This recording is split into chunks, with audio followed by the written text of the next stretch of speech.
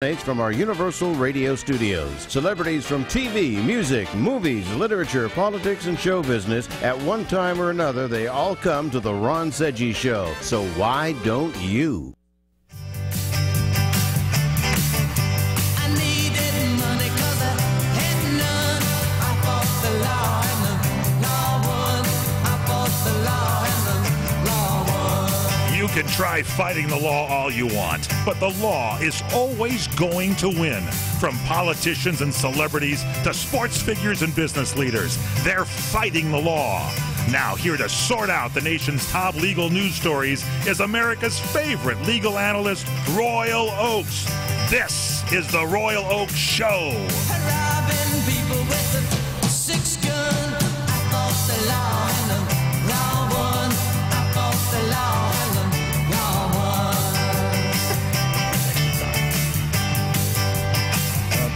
I miss my baby and I'm good fun. I fought the law and the Thank you, Mike Horn, and welcome to the Royal Oakes Show. And welcome to our co-host, Ken Jeffries. How are you doing, Ken? I'm doing okay. What a week, I tell you. What a news week. Oh, my goodness. Good news on the Paris Jackson front, as I understand it. Well, Breaking news. Wait, TMZ was wrong again? TMZ made up and misreported some nonsense again? I got a push alert from TMZ saying that she had tried to commit suicide. She responded on Twitter with some expletives and saying, "No, I did not." Does TMZ just have a big red button that retweets out the same post that they put out weekly that says, "We're very sorry, we messed it up real bad"? They can't be right every single time. But they generally are, and that was the thing. All right, well, maybe they are. Maybe they are. She didn't. They have a good track record. And by the way, welcome to our millennial correspondent, Connor Oakes. How are you, Connor? Hi, I'm doing great. Good, good. Well, you know, as I recall, Ken, maybe you remember this better than I. When Michael Jackson died, I think TMZ might have been the folks who broke the story. Yeah, they did. Yeah. Which begs the question: is he really dead?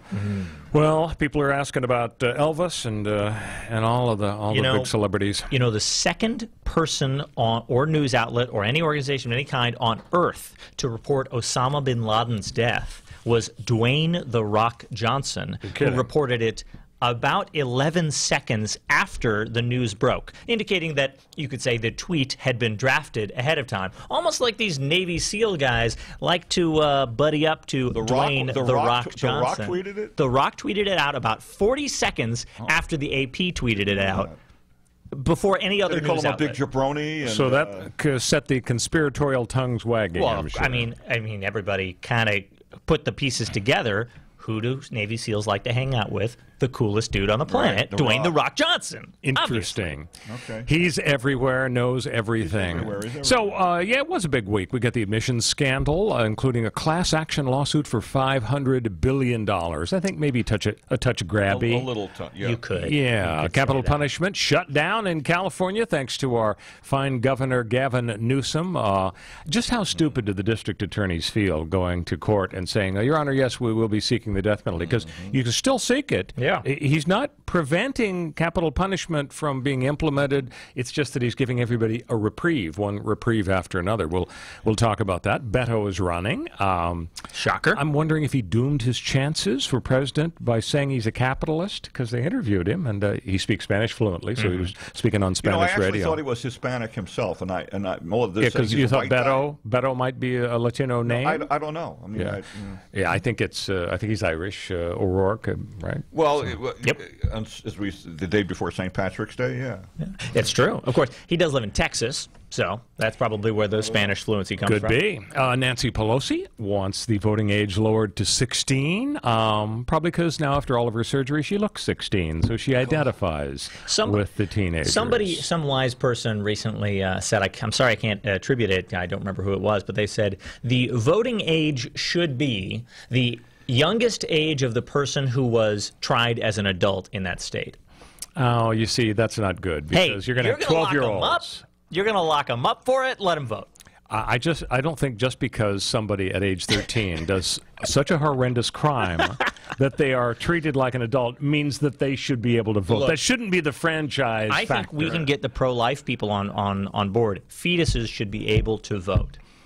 Of course, that's really going to involve the whole pro-choice versus Yeah, pro-life. but then we get both sides of the aisle. Even before that, then you have egg and sperm. Can egg and sperm vote? No. And now it's getting very And then which complicated. sperm? Because the sperm has to reach the egg to fertilize. Interesting. So, Michael Jackson, this is our way of advancing He's the keeping us on story. track. Okay. Yes, he is. Remember, we debated Michael Jackson. Should you enjoy Thriller now that everybody figures Do we out, have okay, to he was a cancel him? pedophile? Yeah. Well, John Phillips, our pal from KABC, is advancing the story. I don't know if you saw his article in the Daily News. It's a really good column. His bottom line is, yes, enjoy Thriller all you want because, you know, artists are crazy sometimes. Sometimes Right. they're evil. The fact that he made great music doesn't prevent us from enjoying it. You know, so we'll get into that Got as to get well. through the Daily News paywall. That's the only thing. That's right. Too cheap. I'm sorry.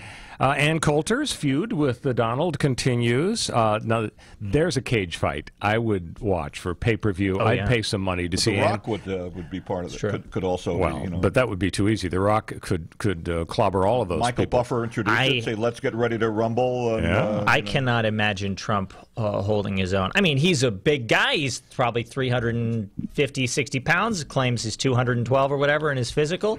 But I don't think he has the quickness. If you don't He give is- him a golf he is, club. By the way, Trump is, by the way, in the WWE Hall of Fame in the Yeah. entertainment. Really? ring. Is, yeah. Yes, he is. He was a in the guest entertainment star. wing. He took part in WrestleMania a long time ago. He beat a yeah. guy up on camera. I remember that ad. Yeah, A guy he ran beat in up the was Vince campaign. McMahon. Yeah. Wow. Yep. So anyway, yeah, I would love to see a mud wrestling match between Ann Coulter and the Donald. She mud seems wrestling match. sharp Why not? to me. She's a dangerous one. she'd she's be all tough. she's all elbows. You know what I'm talking about? I wouldn't vote for her against Ronda Rousey. I think Ronda would probably probably. win that She'd one. kick her patootie. Yeah. And finally, we're going to get into a very important question. Precisely who is the target demographic for topless maids? I saw a big van riding around in Los Angeles recently, big pink van, and the ad is topless maids. We're going to talk about whether Ken Jeffries, Connor Oakes would be the target demographic No, my for wife that. and I actually discussed this last night. Seriously, we Save we got it. a copy of the Save it. rundown last Save night. it. It'll We'll come save up later. Oh, Yeah. that's We good. actually discussed this I am going to stick around to find Good out what God. Stephanie and Ken talked Keep you about. abreast of what's going on. that's right. Thank you very much. Okay. So let's go to the top of the news here, the admissions scandal. Yeah. What an amazing thing. You have to scratch your head and say, how did they think they could get away with this? I mean, they begin away with everything else their entire lives. So I suppose. I mean, the thing that bothers me is that the scandal wasn't even cold before they started filing lawsuits. And there are two kinds of suits. One is by the folks who say, you know, we should have been able to get into Stanford or Right. Berkeley or some elite school. Somebody else got it we were turned by down. bribery. A kid in Garden Grove, he had a 4.2, and he was captain of the lacrosse team or whatever. Right. And so he's suing. And I kind of can sympathize with that, but from a legal standpoint, I don't think it's a proper suit because it's so speculative that he would have gotten in. We all know that I think UCLA gets more applications for admission than any college on the planet. Yeah. Like 25, 30,000, and they take what, a couple of thousand? Oh no, so it's even more worse than that. You have about, I think there are almost that many students. I mean, undergrad UCLA is probably 12,000, 10,000 a class. Okay. So they probably get 100,000 applicants. All right, so the bottom line is when you're applying to Harvard or Stanford or UCLA or whatever places that are really hard to get into, you have maybe a 1 in 100 chance or 1 in a 50 chance. And so for you to sue and say, well, because 33 parents got their rich kids in, Right. I was somehow injured. No, you weren't injured Right. because you'd have no greater chance of getting in than winning the lottery, basically. We have the interesting precedent in this case that's almost exactly analogous, where the can't remember her name at the moment, but the woman who sued, the young woman who sued because she didn't get in to the law school she liked, I believe it was the University of Texas law, and she sued saying that it was affirmative action that had prevented her from getting in, and that was the mechanism by which her case, which got all the way to the Supreme Court, challenged affirmative action on the same exact grounds. I didn't get in when I should have had a better chance to get in. And her because case got tossed. She lost, she lost, yeah. right. Is that years before the Bakke decision? You know, remember Bakke? Yeah, Bakke was in the 70s, and she Yeah. came along after that. It was the same principle? Or? Yeah. Okay. I think the basic idea was when Bakke came along, it was a hard choice back in the 70s. Is the court system going to endorse the idea of essentially affirmative action, of giving race an express place at the table. And the court said, yeah, we are in favor of diversity, and we don't really like racial quotas, but we like the idea of giving flexibility to colleges to have more diverse student bodies. And over the years, over the last few decades, several courts, high-up courts, have said, we really want to get away from quotas. And I think Sandra Day O'Connor famously wrote, maybe in 20, 25 years, we can absolutely get rid of any kind of racial element. But right now, we're willing to do it. Right. So there's that kind of suit. The other kind of suit is the $500 billion suit. I love where in the world did they get $500 billion? I mean, that would be 10 Bill Gates. It's a Dr. Evil thing. Yeah, sort of the other flip side of that. There's sort of like this concept that sometimes comes up in the law, and there are different ways of formulating it, but there's a sort of a straight face test. Can you make an argument that you can make to a jury or a judge with a straight face yourself and really say, with any sort of justifiability behind it, this is a reasonable argument to make? And that is not a formal legal rule, but it's just sort of something people will do. And I think what the lawyers in this case did is instead they wrote a 5 on the whiteboard, and then they started taking shots of tequila and adding a 0 for every shot of tequila they could take. Probably how they came up with it. They passed out, they didn't add any more zeros, and that was $500 billion because they could only do like 8 shots before they went to the hospital. Can I ask you a question? I know you commented this on local TV news here on KABC also, I think, right? He was on NBC4. Yeah, we're talking about this very recently. Well, excellent job. Well done. Thank you. Yes, thank by you. the way, yes, I must say. I don't have to say, but it's a condition It's of not the law. employment here. It's not the law, right? Exactly. But the issue was that is this an individual case or is this a class action? It's a class action. Yeah. So here's the deal. 2 kids who are currently in Stanford, they're actually in. They got in even though they didn't pay for a wing or bribe anybody. They have sued as part of a class action, and they're seeking $500 billion. Now, what is their argument? Their argument is when we go for getting a job in 5 or 10 years from now, the employer might look at us and say, Stanford, oh, you must have cheated to get in. Ha ha. Right, You were yeah. part of that scandal, I bet you, so I'm not going to give you the job. It tainted the brand. That's the theory. Now, you tell me if that passes the red face All right, test. red face test. That's I an don't excellent think formulation. So what is the red face Same test? thing. Straight face test, red face Oh, test. red Do you face get test. embarrassed and have a red face if you make this If you say argument? something really stupid to the judge, it's such a bad argument that you're embarrassed and you're blushing, Right. and you have a red face. You failed the red face test. So in Happens that to me scenario, all the time. I think these people don't have a legal leg to stand on because they could just show up to their future job interviews dressed in rags like an old-timey hobo with a bindle, and then they can go, oh, man, I'm just so poor. So obviously I could never have been, I could never have cheated my way into school with cash. Right. I got nothing. Yeah, well, I think reputation there's another preserved. reason that it fails. When you file a class action, you have Do you have to a real legal reason? That's interesting. Yeah, Okay, this please. is sort of a semi-real legal reason. When you file a class action, you have to satisfy 6 factors. They're called the Cantas factors: commonality, ascertainability, numerosity, typicality, adequacy, and superiority. And the key is commonality, meaning if 500 people have been victimized by an evil, illegal practice, and if all 500 of them were victimized in a little slightly different way, it's not a class action. It Right. has to be a situation where a handful of 5 or 10 of them can say to the judge and jury, here's how the evil defendant ripped us off, the 5 or 10 of us. And by deciding that those 5 or 10 people were ripped off by the defendant, you can also conclude the other 500 or 5,000 people also should recover. You can't do that in this circumstance because the ladies who say, oh, Guy, General Electric is going to turn me down from a job in the year 2050, well, maybe they will, but all of the other thousands of people in the class would have to have their own story about, oh, I went to Bill Gates and he turned me down. And plus, it's so speculative. How are you going to prove that somebody... So I think it's a totally sucky class action. Yeah, you're totally It's right. done for publicity. Absolutely. They found some lawyer who had a lot of time on his hands this past week to help them draft up the lawsuit. So I just don't think I think you're absolutely right. I mean, the analogy would be there's a nuclear waste spill at the plant, and everybody within a mile gets a certain dose of radiation. We know what effect that has and what their chance of cancer has increased to. You can't do that here. You can't say people within a mile suffered this, within 2 miles suffered this, within 3 miles suffered that, and the commonality between those classes is how we define them. And the problem is Right, it's this nebulous. lawsuit is symbolic of this weaponizing the legal system where you ruin people's lives lives financially, psychologically through this tool. Yeah. Hey, when we come back, capital punishment is being shut down in the Golden State. It's dead. Courtesy of our very progressive governor. Stick with us on the Royal Oak Show. We'll be back on CRN with the Royal Oak Show. Hi, everybody. Michael Horn from CRNTalk.com. You know, we provide you with the best in talk radio. 8 channels of talk radio, from radio on the left, radio on the right, sports talk, business talk, religious talk, Spanish talk, you name it, we've got talk radio for you. All at CRNTalk.com. Well, now we'll bring you video as well as audio. That's right. Watch your favorite shows like The Robert Conrad Show, The Fred Dreyer Program, What's Cooking Today, What's Cooking on Wine, The Lounge, and so many other shows in video right at our website, CRNTalk.com. You can also watch us on Roku. Just search CRN Talk, and you can watch us on Roku on any TV anywhere in the world. Also on Facebook Live. Go to Facebook.com/CRN Digital Talk. Facebook.com/CRN Digital Talk. Roku, search CRN Talk. Check us out on Tiki Live and at CRNTalk.com. Video for you talk fans, all from CRN Talk.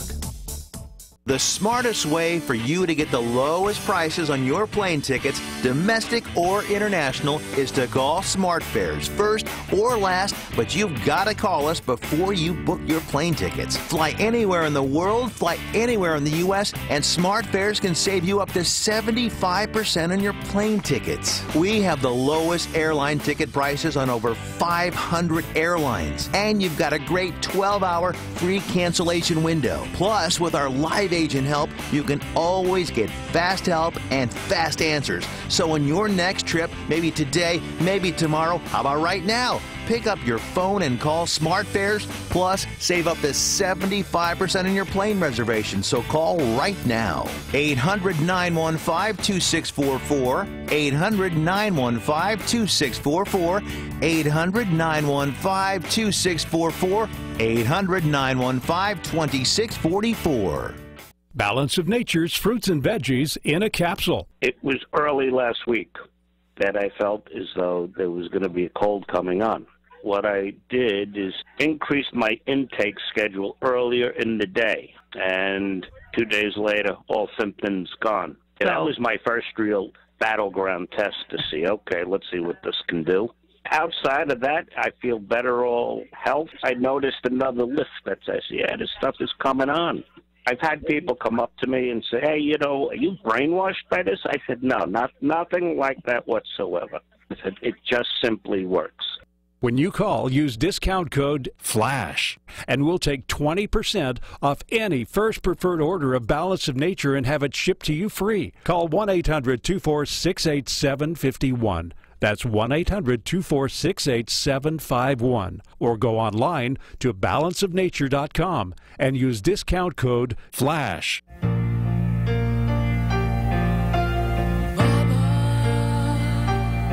With our co-host Ken Jeffries, our millennial correspondent Connor Oakes. So our Moron of the Week feature, we love to talk about 2 stupid people, one at the top of the show now and one at the bottom of the show. Then we vote on the stupidest person of them all. So our first candidate, guys, this is, I think, a pretty strong candidate for Moron of the Week. The Italian Justice Ministry, they're in Rome. There was a rape case, and there was a guilty verdict, and the appeals panel overturned the rape verdict because they argued the woman who was attacked was too ugly to be a credible rape victim.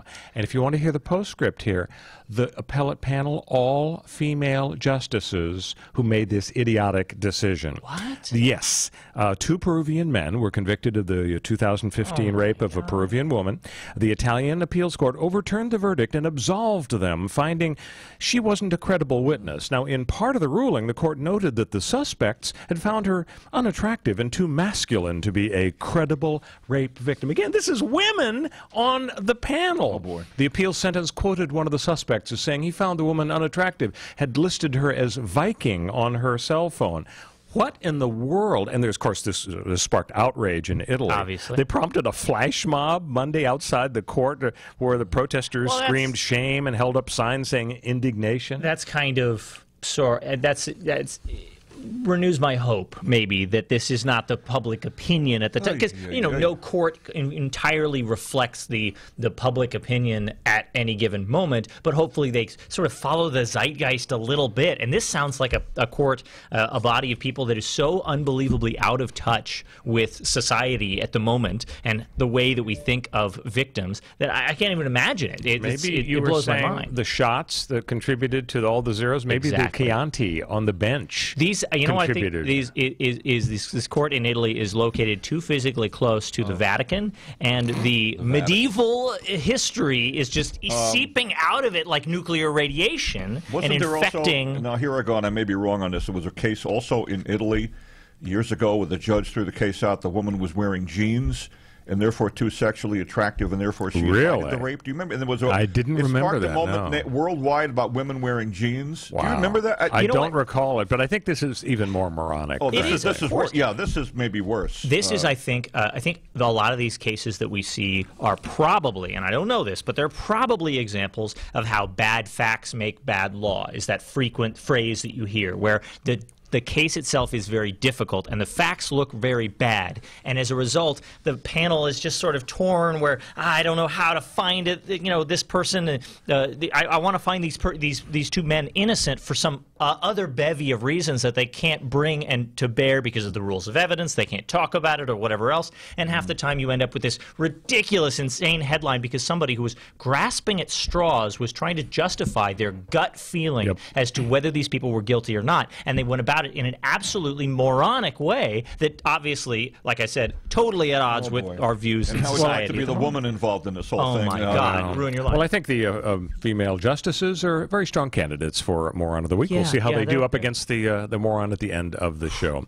So, speaking of morons, Gavin Newsom, our governor of California, he's pulled a Rosebird, and here's what I mean by that. Rosebird was Chief Justice of the California Supreme Court back when Jerry Brown had his first couple of terms. And she really didn't like capital punishment. I mean, she really didn't like it, which is fine. You're entitled to your opinion, but you're not entitled to ignore the law if you're Chief Justice of the freaking California Supreme Court. So on 55 straight cases of capital punishment cases where a guy was sentenced to death, he appeals to the California Supreme Court, 55 in a row, she said, no, I'm reversing that. They didn't spell capital punishment right. The judge wore green socks. She came up with 55 reasons why it was a flawed conviction, as opposed to admitting the truth, which was, I don't like capital punishment, which is, again, is her right to have personal opinion. Now, enter Gavin Newsom. Californians like capital punishment. We know that because very recently, in 2016, I think, they voted. It was a close vote, but they voted to keep it on the books. And they also voted, by the way, let's accelerate it because it's ridiculous. We're told, one Chief Justice of the California Supreme Court observed, the leading cause of death on death row is old age. So Gavin Newsom comes along and he hasn't abolished capital punishment. If you're a DA, Connor, you can go into court tomorrow and say, Your Honor, we are seeking the death penalty against horrible murderer Joe. And you can waste a whole lot of time and effort in the legal process actually seeking. Do you think Gavin Newsom was on solid legal ground in reprieving everybody, and he's going to do it indefinitely? No, I mean, I don't think he is on solid legal ground. I think our democracy is founded on the will of the people, respecting people's decisions on these sort of tough issues that get to the core of their morality. I also think that our democracy is in many ways broken and abusable by people who run political campaigns and spend money out the wazoo figuring out a way to convince people of these things. But it's also a matter of miseducation of the public. They don't know the real impact and the real danger of capital punishment. Well, when we come back, we're going to figure out if there's a way to solve the capital punishment conundrum in California on the Royal Oak Show. Stick with us. We'll be back on CRN with the Royal Oak Show. You're experiencing pain, back pain, shoulder, elbow, or hand pain, pain from a sports injury. If so, schedule a visit with Dr. Michael Sheps, the leading expert in laser therapy for pain management. Call 310-873-4422 or go to drsheps.com. Experience Epic T, the breakthrough laser therapy system that Dr. Sheps developed to make you pain-free in less time. Laser therapy is a non-invasive, safe, and effective in-office procedure that penetrates deep into your skin without damaging the tissue. It perfectly targets areas of pain to promote fast, natural healing. Relax your muscles, ease muscle spasms, joint stiffness, and arthritis pain while increasing blood circulation. For over 25 years, Dr. Sheps has helped Olympic athletes and sports enthusiasts alike get back in the game. Schedule your visit with Dr. Sheps at his Brentwood office in California. Call 310-873-4422 or visit drsheps.com. That's DRSHEPS.com, 310-873-4422. Imagine this is your money and someone wants to take it from you. Who is it? The IRS. They want your money, and guess what? They can legally take it, all of it if they want. Remember, they sent you that letter that said, hey, you owe us a bunch of cash and we're going to take it from you. So what do? Fight back by letting our team of experts at the tax helpline work it out with the IRS so you can keep your money. And we're good at what we do. When you hire us, you get a team of guys on your side that know the IRS laws and will fight to save your money. So if you owe the IRS a ton of cash and you want to keep it, call right now and learn for free how we can help you put it back in your pocket. 800-932-1597. 800-932-1597. 800-932-1597. That's 800-932-1597. Hi, everybody. Michael Horn from CRNTalk.com. You know, we provide you with the best in talk radio. 8 channels of talk radio, from radio on the left, radio on the right, sports talk, business talk, religious talk, Spanish talk, you name it, we've got talk radio for you. All at CRNTalk.com. Well, now we'll bring you video as well as audio. That's right. Watch your favorite shows like The Robert Conrad Show, The Fred Dreyer Program, What's Cooking Today, What's Cooking on Wine, The Lounge, and so many other shows in video right at our website, crntalk.com. You can also watch us on Roku. Just search CRN Talk, and you can watch us on Roku on any TV anywhere in the world. Also on Facebook Live. Go to facebook.com/CRN Digital Talk. Facebook.com/CRN Digital Talk. Roku, search CRN Talk. Check us out on Tiki Live and at crntalk.com. Video for you talk fans, all from CRN Talk. The following ad contains shocking material. Listener discretion is advised. Is someone in your family playing a dangerous game of Russian roulette? Over 43,000 people die a year from drug overdose. 120 people a day. 5 people every hour. 1 person every 12 minutes.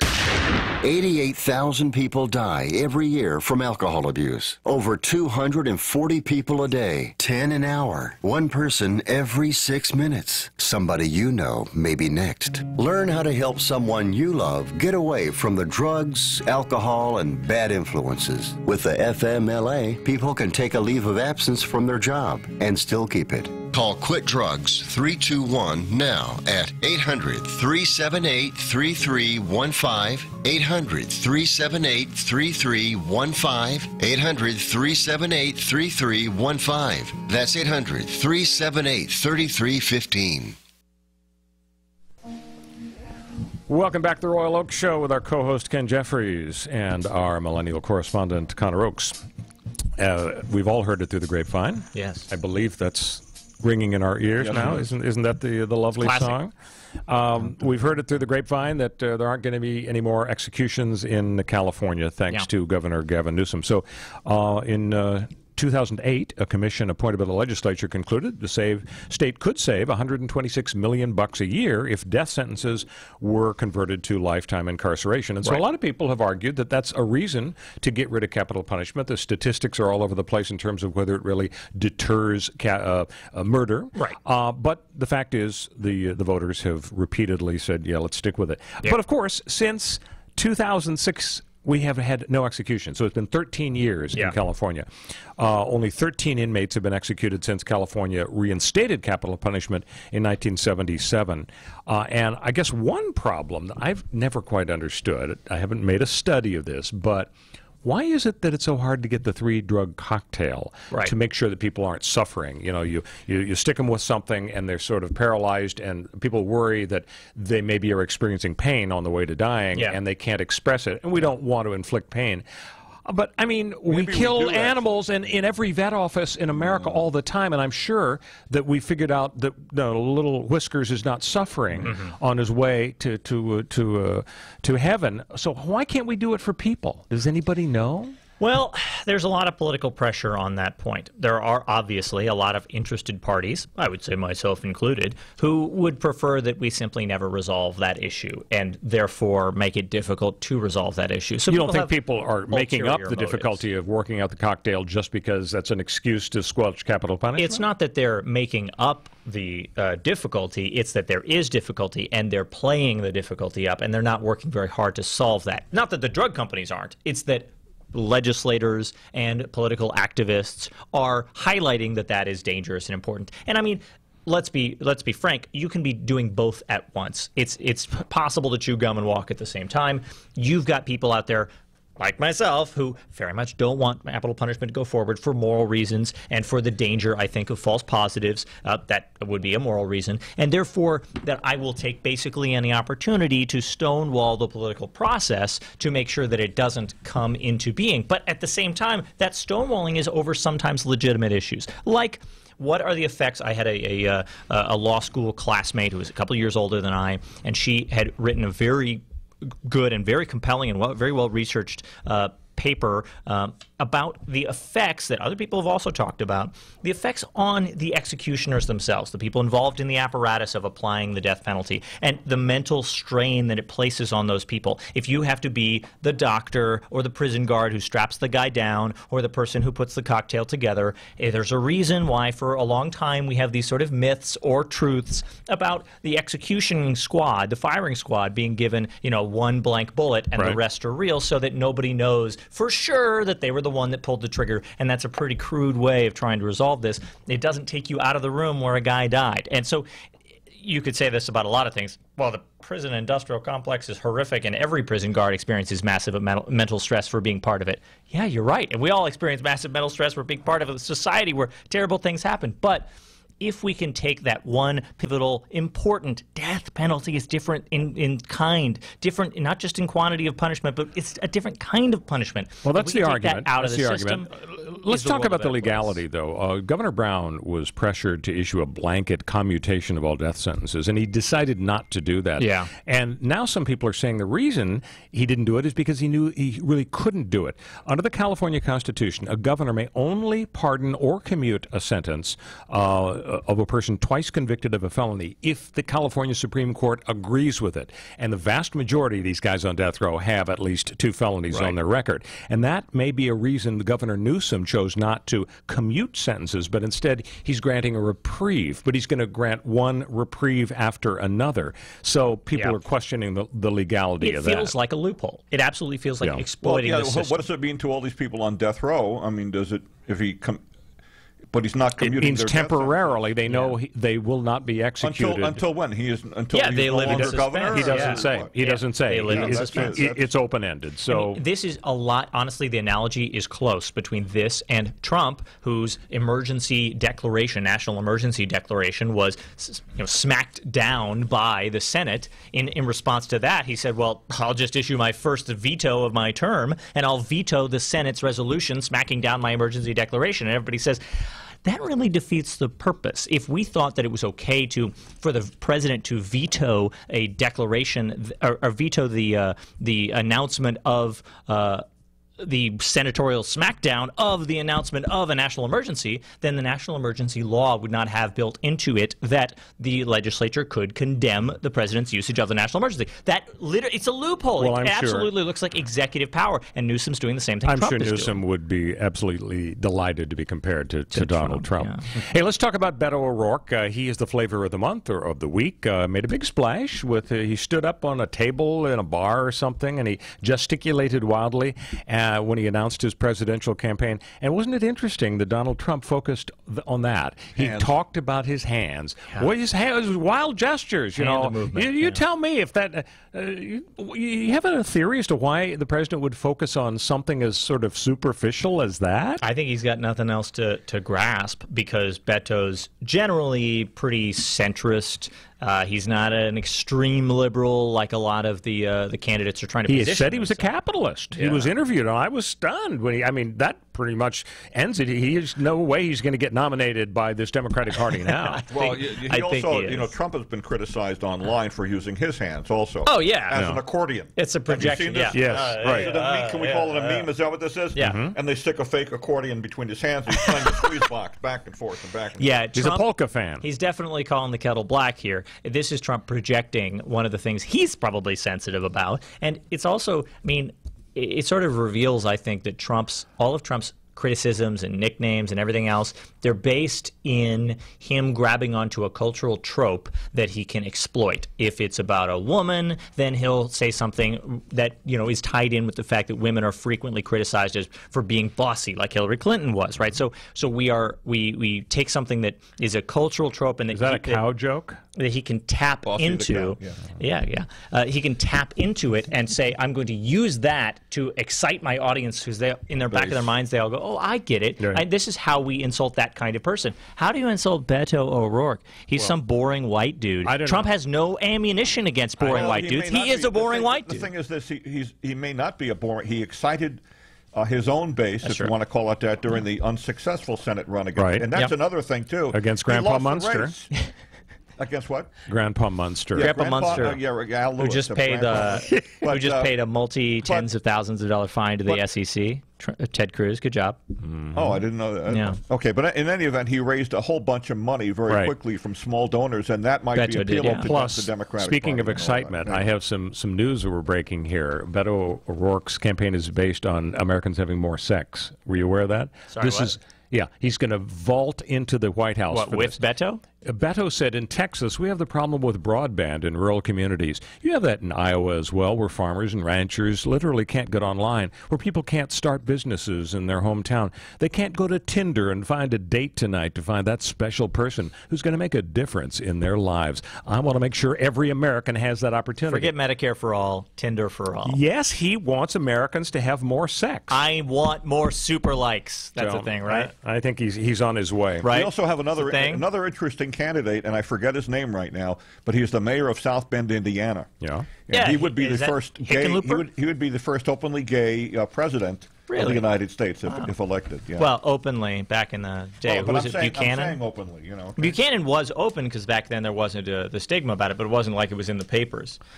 So we promised to advance the story about Michael Jackson last week. We had a spirited discussion as to whether or not we should be listening to Thriller. And, the argument arose, let's assume hypothetically that Adolf Hitler, instead of being a really mediocre, untalented painter, let's say he was Van Gogh. Would you admire the wonderfulness of his paintings? Would you have them in museums and so on? And I think most people would say no. Well, John Phillips, our pal from KBC, has written a piece in the Daily News. And he said, yes.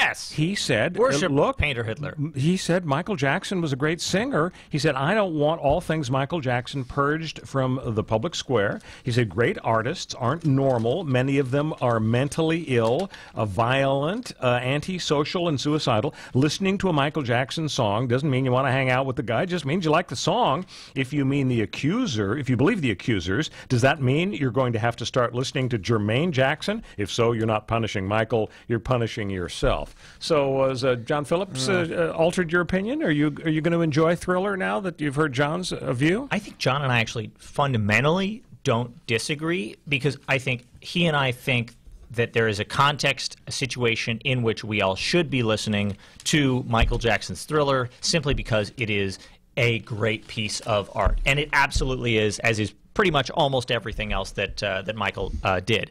The issue is that we live in a society where Michael basically got away with it, where he is not suffering from the stigma, and you've got tons of people out there who, it's not that they're conspiracy theorists, it's just that, he settled the civil claims for millions of dollars, and he got off on the criminal charges, and nobody really thinks that he got I would say, okay, that's not true. Most people would probably agree that he got some favorable treatment, and given the circumstances, other non-famous, non-Michael Jackson people would probably be rotting in a cell, formerly. And so it it really does seem like in a society where these people are not held to account, we may have to cancel them culturally in order to flex our cultural, societal, moral muscles and say, we need to do something about this. The cops can't get them.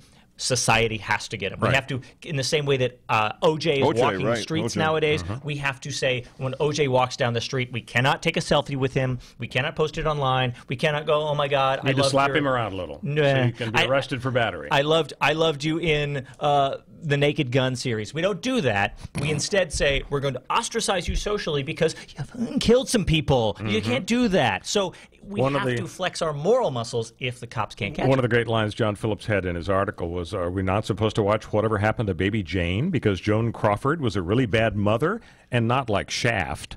Now, we need a rim shot for that line.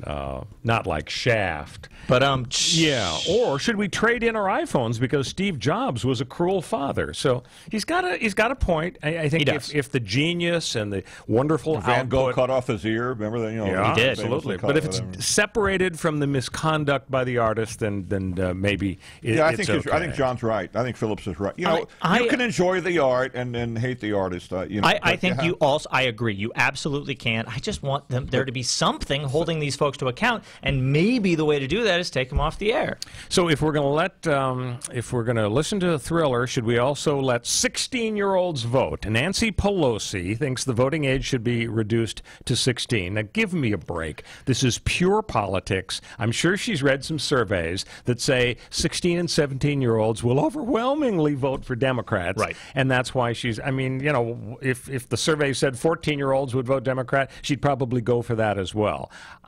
Is anybody prepared to vote for 16-year-olds having the franchise? And if so, why not go down to 14 or 12? Well, the rationale for giving 18-year-olds a vote, and again, my wife and I were discussing this last night because we knew it was going to come up today. The Army? Because if they could serve in the military. In those days, Vietnam, I think the voting age was lowered in 1971. I did a quick Google search last night. Right. And Vietnam was still going, and this was under President Nixon, who had the voting age was lowered to 18 because the rationale was if Americans could fight and die as young as the age of 18, they certainly should be granted the opportunity to vote. And there's the sort of internal logic to that. This concept of same thread that runs through no taxation without representation. We want and have forever wanted representation if we're affected by the outcomes. But everybody's affected by all the outcomes. 16-year-olds might not, or 18-year-olds might be going to war, but 16-year-olds, fathers and mothers and brothers and sisters are all going to war too. And 16-year-olds might not be paying taxes in most scenarios, but they are in lots of other scenarios. Can I say that Pelosi ought to be careful what she wishes for? Possible a majority of those 16-year-olds may vote for Trump. They all might be wearing MAGA hats. Seriously. Yeah, I mean, maybe. It's possible. Yeah, it is possible. Not likely, but possible. I don't know about the majority, but there certainly are a lot of them. And that brings up the danger of it. How many of these kids are basically just brainwashed little versions of their parents? Parents affect kids' worldviews massively. Their politics is massively sculpted by it. It's the strongest indicator of how you're going to end up until you grow up and go to maybe college, or even maybe just high school is enough separation, or just move out of your family's home and maybe move to a different city, and then you maybe change your views either more left or more right. But until you're out of that sphere of influence, aren't you really just giving parents more votes? That's not a worldview I want to share. I don't want to just because you were dumb enough to have a child. No offense, people have children, but what were you thinking? Does that earn you an extra half vote? No. On the other hand, sometimes kids just rebel against the parents. And father knows best. By the way, an Art Linkletter once said, "Kids say the darndest things." Yeah. And they could be voting for the darndest things. Yeah. And he made a lot of money by saying that. Kids' brains aren't cooked yet. Hey, if we had a Neil Sedaka music, breaking up is hard to do. We would play it here because and Coulter and Donald Trump. It's so sad. They were such pals. Yeah. They were such buds for a long time, and now it's actually name calling. Yeah, what went wrong? Can this marriage be saved? So she was a big Trump supporter in 2016 because of his hardline stance on immigration.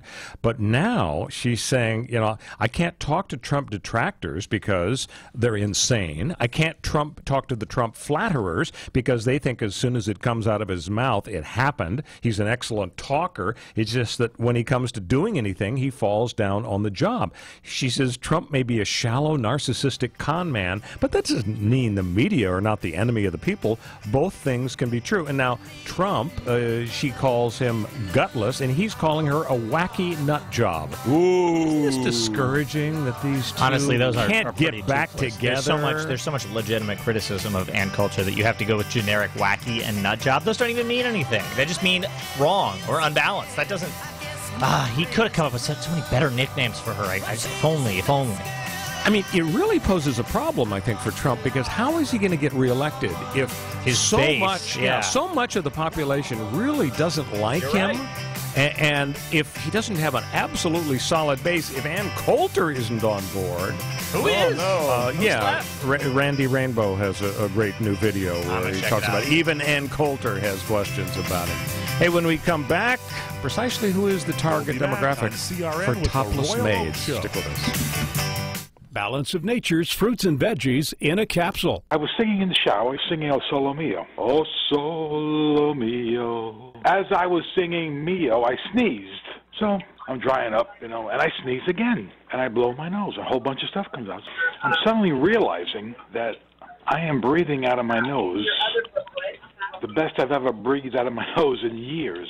I don't think it's a coincidence that all of a sudden now I'm breathing. What has happened in the past year? I'm a balance of nature. Little by little every day, if I experience it, I'm happy. I'm sure this has to do with balance of nature. I'm sure it does. When you call, use discount code FLASH, and we'll take 20% off any first preferred order of Balance of Nature and have it shipped to you free. Call 1-800-246-8751. That's 1-800-246-8751. Or go online to balanceofnature.com and use discount code FLASH. If Ernest Hemingway was alive today, would he say this to you? Shakespeare, Mark Twain, Edgar Allan Poe, all great writers. And after reading your book, I simply must add you to the list. Wait, you don't have a book yet. So make a free call to Page Publishing. Their expert staff can help you turn your book idea into a real book, a masterpiece that could someday make the bestseller list in hard copy and digitally all across the world. Page Publishing can help you completely take your idea for a book, write it, and publish it. So if you want to join the ranks of some of the most famous authors in the world, call now for a free information kit. Turn your book idea into publishing gold. Make a free call right now to Page Publishing. 800-378-3212. 800-378-3212. 800-378-3212. That's 800-378-3212. When you really want Italian food, you have got to get to Columbo's. Columbo's Italian Steakhouse and Jazz Club. Colorado Boulevard, Eagle Rock. It's that little neighborhood place you wish was down the street from you. It's word of the green time. Now, we might not know how many quarts make a gallon, but that's not the case when it comes to pints. Here's to you, and here's to me. May we never disagree, and if we do, the heck with you, and here's to me. There's no better place to celebrate St. Paddy's than at Columbo's. After all, it was Aldo Colombo who discovered Ireland years ago on his way to Eagle Rock. Jazz every night, great Italian specialties, the world's greatest meatballs that'll have you singing Tura, Nura, Nura, the freshest fish and yummy steaks, great service and also affordable. Happy St. Paddy's at Good Times Central, Columbo's, because it really is that little neighborhood place you wish was down the street from you. Columbo's, Faith and Bigora. Welcome back to the Royal Oak Show with our co-host Ken Jeffries and our millennial correspondent Connor Oakes. So before we get to the target demographic for topless maids, we have to have our second Moron of the Week candidate. Now, this is tough competition. You recall at the top of the show, the female Italian justices who overturned the rape conviction because the woman was just too ugly to be raped. Unbelievable. So she's going to be, they're going to be tough to beat. So here's our second Moron of the Week candidate. It's a man named Quang Pham, age 38, is charged with arson and attempted murder. Nice. He's a California man who poured gallons of diesel fuel on his neighbor's front porch. He told cops he did it. He was trying to get rid of a ghost. Tried to light the that's porch. legit. Yeah, I tried to light the porch on fire. The fire never fully ignited. A woman and her 2 kids were sleeping inside at the home at the time. They arrested him. The homeowner said he didn't have anything against us. He just saw a ghost in our house. And so he just had to do the right thing. I mean, this is like a slam dunk for me. Like, this guy's not nowhere near as bad as those. No, but he's pretty moronic. No, not even a little bit. The little child could have expired in the flames. Look, but what matters is the intention behind the act. And the guy had a good, intention, which was to protect these bad, to get rid of Casper. Bad ghosts. Yeah, I mean, it's obviously not a friendly ghost like Casper. It's a bad ghost, or he wouldn't be trying to get rid of it. And yeah, you're assuming he's not a moron. Unintended consequences of our actions are dangerous. We could all intend to drive home today and instead run over somebody's dog, but that doesn't mean we're bad people for driving home. I guess we're just trying to light their porch on fire. So is it unanimous? We're going to vote for the Italian lady justices. Yeah, very weird. Ghosts are serious, dangerous. So I need your help with this, folks. I've seen pink vans around Los Angeles, and it says topless maids on the side of the van. Who hires this? I presume that they cost at least a little bit more than maids that actually wear clothing. I mean, they're not going to be free. Yeah, and the only benefit you derive from this, I would think, would be to observe them in action. So who does that? They clean better. How do they dust? That's what I want to know. But I doubt that they clean any better. I'm just assuming that they don't have special skills in that department. But who would watch? The housewives aren't going to be watching that. I don't think that's happening. Probably not. The husbands? I don't think the husbands could get away with watching the topless. Wouldn't the check to the topless maid company show up when the wife reconciles the balance? Yeah, if it goes through Michael Cohen, especially.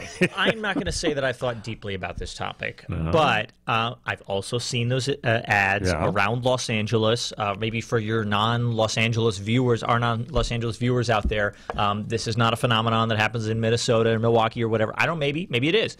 I'm going to have to take a guess, just a guess, a wild guess, and say that this is kind of like ordering a hot cop to show up in cutoff blues. Like a Chippendales and thing? Do a Chippendales dance at your party. You're not actually looking for law enforcement when you call the number. No, you're saying they're not actually legitimately cleaning house for 4 or 5 hours? That they're actually, I think it might be playing off of the fact that, for whatever reason, the maid outfit is a common and commonly well-regarded outfit. Maybe. I think we're talking maybe single guys, but, if you can afford a topless maid, I think that means you have a job. So if you have a job, how can you stay home and watch her dust? Can I say something? All right, my wife, again, we discussed this last night, as I mentioned at the top of the show. My wife says it'll be men over 80. Yeah, that's a good guess. Your wife has, if they're married or not. Your wife has a lot of she may be right. Respect. So finally, folks, to keep the show on a high plane, people do commit flatulence on airplanes, but there is a flatulence filter on planes. Really? Delta has it, absolutely.